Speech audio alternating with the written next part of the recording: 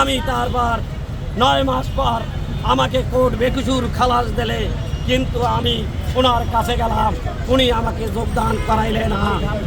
আমরা ধীরে ধীরে করে আজকে এই 30-31 বছর আমরা সর্বোচ্চ আদালতে আসলাম, হাইকোর্টে। হাইকোর্ট কি করলো?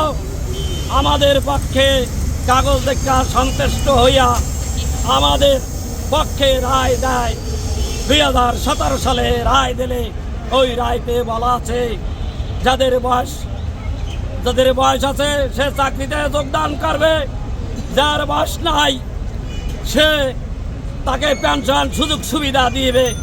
এই বলে আমাদের হাইকোর্ট যে 4 মাসের মধ্যে তাদের যোগদান করাও।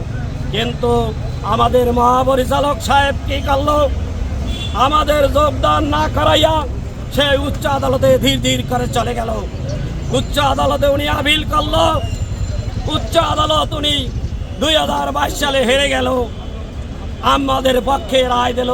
কিন্তু বাংলাদেশের এই সংবিধানে তৈরি হয় এই বিচার বিভাগ, এই সংসদ থেকে এই হাইকোর্ট, সুপ্রিম কোর্ট, এই সুপ্রিম কোর্ট রায় দিয়েছে বাংলাদেশের শেষ কোর্ট।